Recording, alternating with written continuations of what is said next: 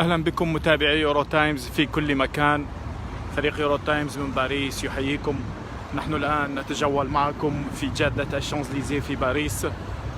في هذا الشارع الشهير هنالك الكثير من المحلات التي تسعى في خلال هذه الأيام الأخيرة لاستعادة نشاطاتها لاستقبال الزبائن من جديد، ولكن حتى هذه اللحظة المطاعم والمقاهي لم يصدر لها الأمر أو الموافقة بعودتها وإعادة استقبال الزبائن من جديد. ولكن المحلات التجارية كما ترون، هذه المحلات التجارية بدأت باستقبال الزبائن، ولكنها تشترط على كافة الزبائن الذين يرغبون بالدخول إلى هنا لبس وضع الكمامات الواقية. كما ترون هؤلاء الزبائن يضعون الكمامات الواقية في المدخل. هنالك الموظفون الذين يتابعون وضع الكمامة الواقية من قبل الزبائن. في حال غياب الكمامة الواقية لا يسمح للزبون بالدخول إلى المحلات التجارية. هذا القرار لا يقتصر فقط على هذا المحل، وإنما كافة المحلات التجارية في معظم المدن الفرنسية تطبق هذا القرار. هذه الإجراءات الصحية التي فرضتها الحكومة الفرنسية على المحلات التجارية كي تستأنف نشاطاتها من جديد. هذا هو الشرط الأساسي، بالإضافة إلى عدة شروط أخرى. أما بما يخص المطاعم والمقاهي فهي كما ترون، هذا هو مطعم فوكي، هذا هو واحد من المطاعم الشهيرة في الشانزليزيه، هو مغلق في هذا اليوم، وهذا الأمر ينطبق على كافة المطاعم في فرنسا.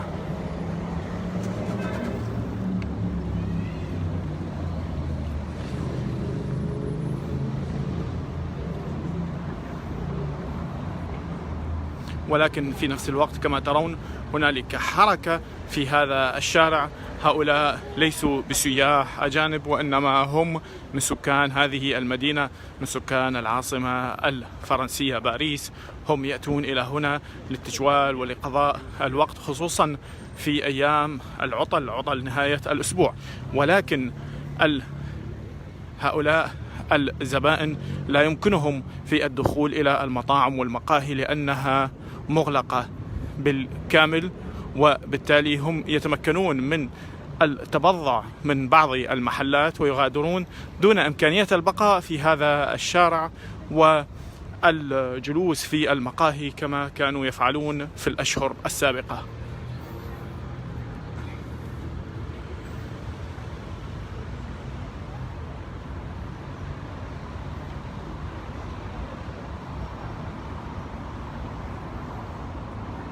متابعي يورو تايمز، نحن الآن نتجول معكم في جادة الشانزليزيه في باريس، هذا الشارع الذي يشهد حركة في هذا اليوم.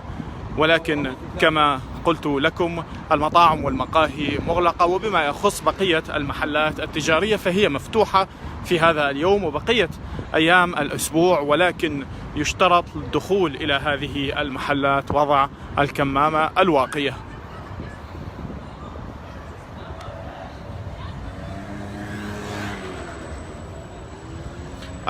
الحجر الصحي انتهى منذ عدة أيام، ولكن بقيت حالة الطوارئ الصحية. الحجر الصحي انتهى منذ عدة أيام، وها هم كما ترون الناس المواطنون يتجولون في الشوارع بحرية دون مضايقات من قبل الشرطة لأن الحجر الصحي انتهى.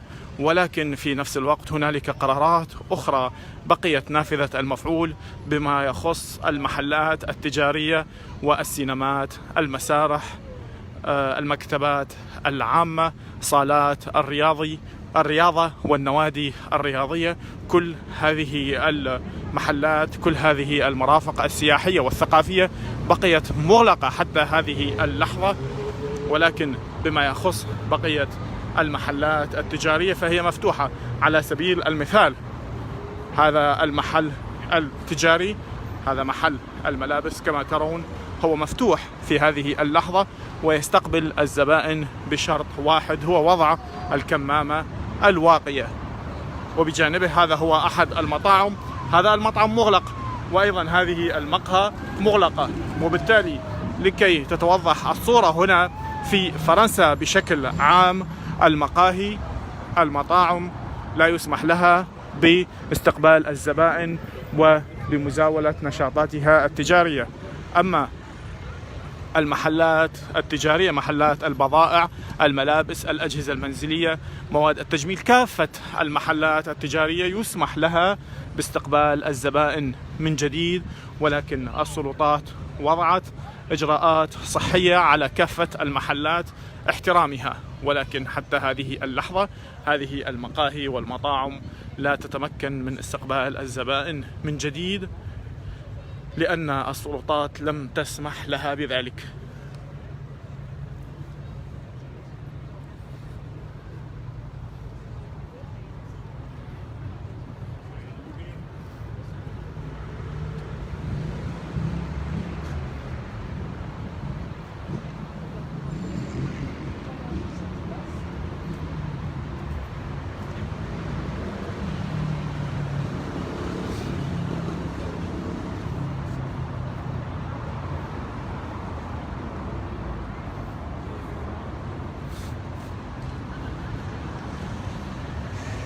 وكما ترون متابعي يورو تايمز، هنالك حركة في هذا اليوم، هنالك الكثير من الزوار، من الرواد لهذا الشارع، الناس الذين يسيرون على الأقدام والسيارات والدراجات الهوائية.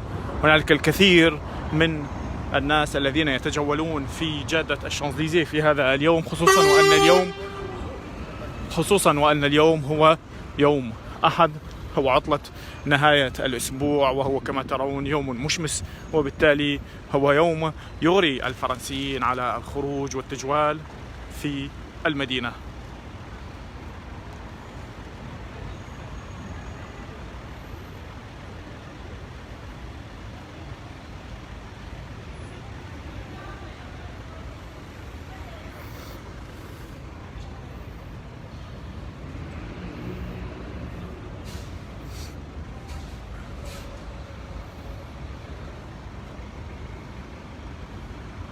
كما ترون متابعي يورو تايمز، هذه هي جادة الشانزليزيه، وهي في هذا اليوم مليئة بالسيارات، وعلى الأرصفة على جانبي الشارع هنالك الكثير من رواد هذا الشارع.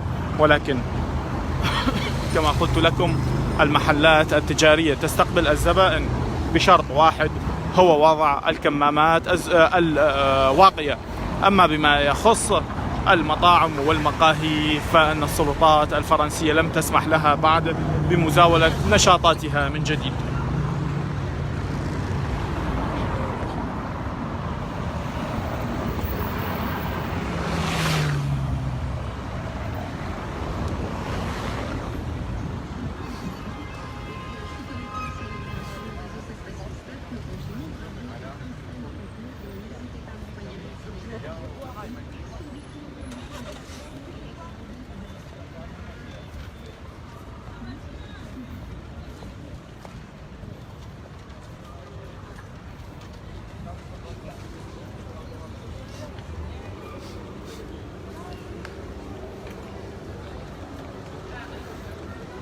كما أن هنالك بعض المحلات المطاعم والمقاهي كما ترون البعض منها يسمح بمزاولة نشاطاتها لكن دون استقبال الزبائن، أي أنها يسمح لها ببيع المنتوجات الغذائية، المشروبات إلى آخره، يسمح لها ببيع منتجاتها للزبائن بشرط عدم استقبال الزبون، ولكن أن يأخذ البضاعة التي يرغب بها ويغادر دون البقاء داخل المحل.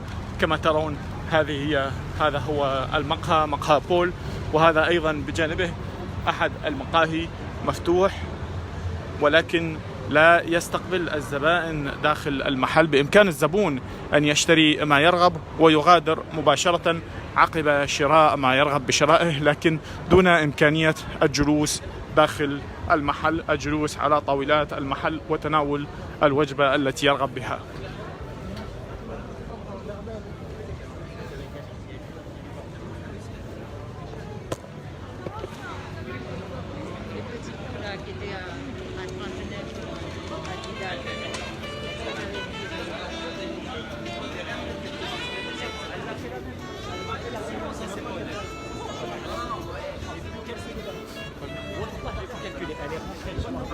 Elle m'a envoyé un message. Elle m'a bien arrivé.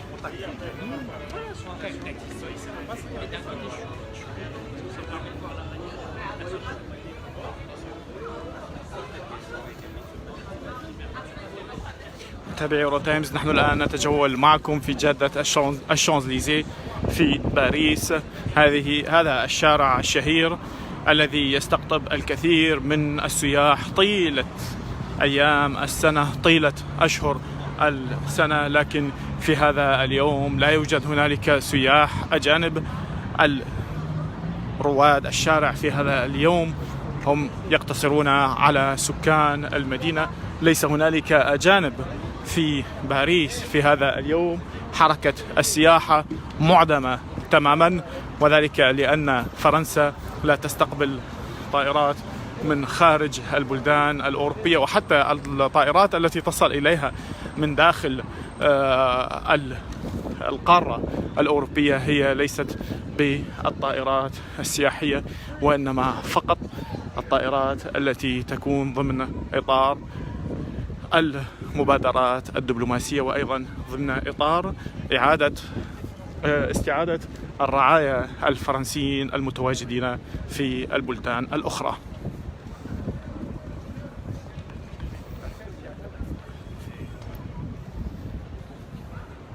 نعم أمين، هنالك الكثير من الناس الذين يتجولون الآن في الشارع كما ترين، السبلاد كما تقولين يتجولون في الشارع في هذا اليوم.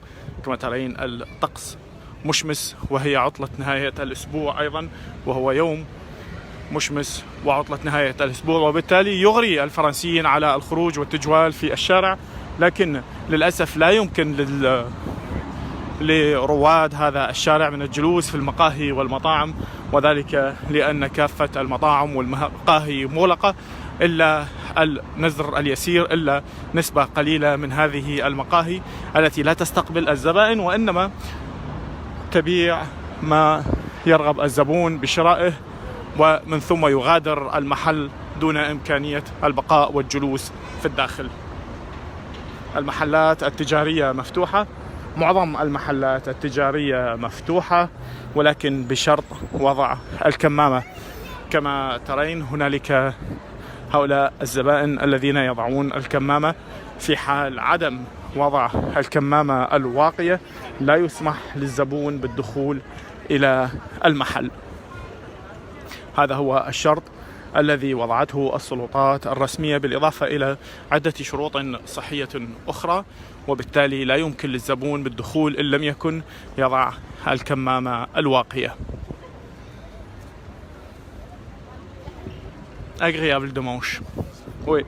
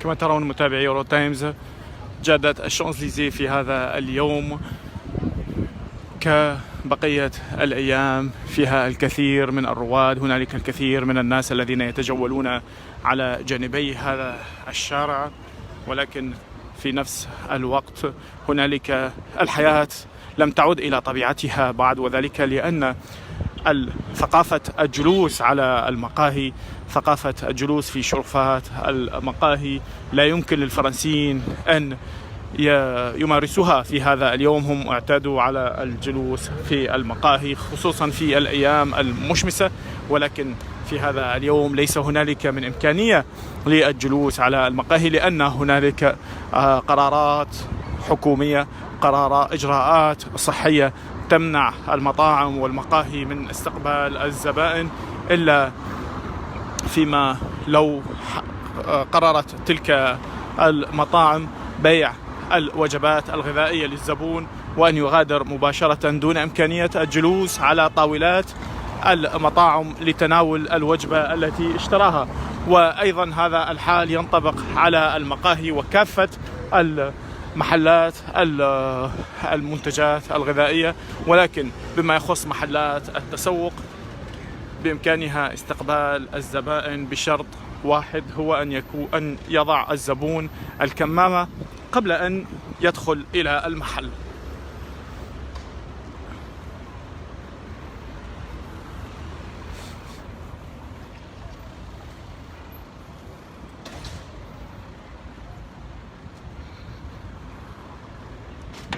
وهذا الأمر كان متوقعا، لأن الحكومة الفرنسية قالت قبل قرار رفع الحجر الصحي بأن الحياة ستعود إلى طبيعتها، ولكن بشكل تدريجي. هذه هي المحطة الأولى على ما يبدو، هذه هي المحطة الأولى للعودة التدريجية للحياة الطبيعية. الحياة لن تعود إلى طبيعتها مباشرة عقب رفع الحجر الصحي، وذلك لأن الحجر الصحي تم رفعه، إلا أن الفيروس لا يزال موجودا، وبالتالي هذه القرارات تبقى محدودة، لأن فرنسا طبقت الحجر الصحي ورفعت الحجر الصحي دون أن تتمكن من القضاء على الفيروس. وهذا الأمر لا ينطبق فقط على فرنسا لوحدها، وإنما هذا الأمر يشمل كافة الدول الأوروبية وأيضا كافة الدول في كافة أنحاء العالم، لأن عدد كبير من الدول طبقت الحجر الصحي وطبقت أيضا الرفع التدريجي للحجر الصحي دون أن تتمكن من العثور أو التوصل إلى علاج يقضي على فيروس كورونا.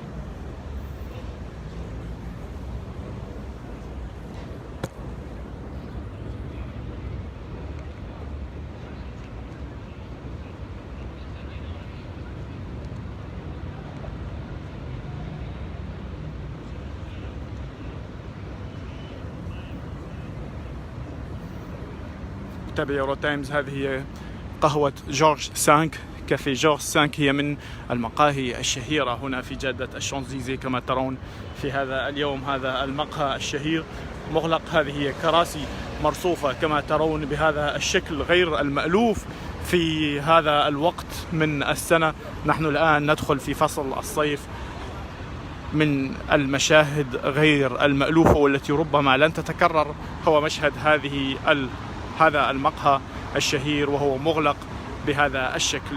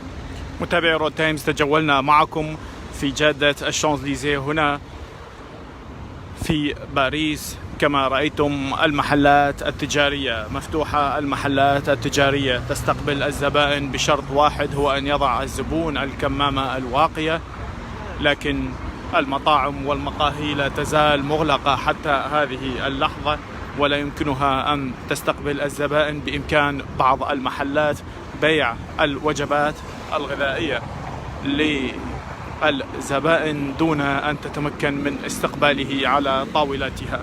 متابعي يورو تايمز، فريق يورو تايمز من باريس يحييكم، إلى اللقاء.